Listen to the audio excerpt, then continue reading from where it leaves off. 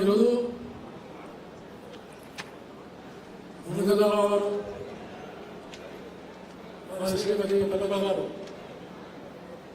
నిర్వహిస్తున్నటువంటి ఈ సంక్రాంతి సంబరాలు తెలుగు సంగమం గత 10 సంవత్సరాల నుంచి వర్షాలు నిర్వహించి మన తెలుగు వాళ్ళని మన సంక్రాంతి సందేశాన్ని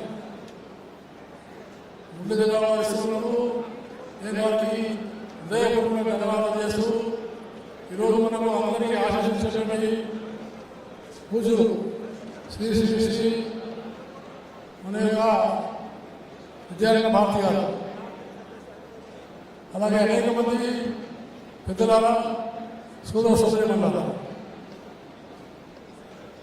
ఈ తెలుగు సంఘం ముఖ్యంగా ముందు చెప్పినట్టు తెలుగు సంస్కృతి, తెలుగు భాష, తెలుగు వేషం, తెలుగులో ఉన్నటువంటి వంటలు ఇవన్నీ కూడా విశేషమైనటువంటి ఆకర్షించుకుంటుంది. ఈరోజు పెద్దమంది చెప్పినగా తెలుగు ఎక్కడ కూడా మంది ప్రోత్సహించాలని వారు చేసినటువంటి విషయం చాలా ఉదాహరణ విషయం. ఎందుకంటే భారతదేశం 2040లో వికసిత భారత్ కావచ్చు. ఈ వికసిత భారత్లో మన తెలుగు వాళ్ళ పాత్ర కూడా చాలా ముఖ్యమైనదని భావిస్తున్నాం. ఎందుకంటే ఇప్పుడే ఇక్కడ డాక్టర్ శ్రీనివాస రెడ్డి గారు అలాగే మిగతా వాళ్ళు మాట్లాడిన విషయాలు వాళ్ళు విదేశంలో ఉన్నటువంటి ఇక్కడ వచ్చి మన తెలుగు అని చెప్పి మన భారతదేశంలోనే అందరం కూడా గర్వించాలని నేను మీ సభాముఖంగా చేస్తున్నాను. అందుకనే మనం మన తెలుగు భాషను రక్షించుకొని, తెలుగు సంస్కృతిని రక్షించుకొని ఈ పండుగలు ఇవన్నీ కూడా ఓ సందేశాలు ఇస్తున్నాయి. మనందరం కూడా కలిసి ఉండాలి.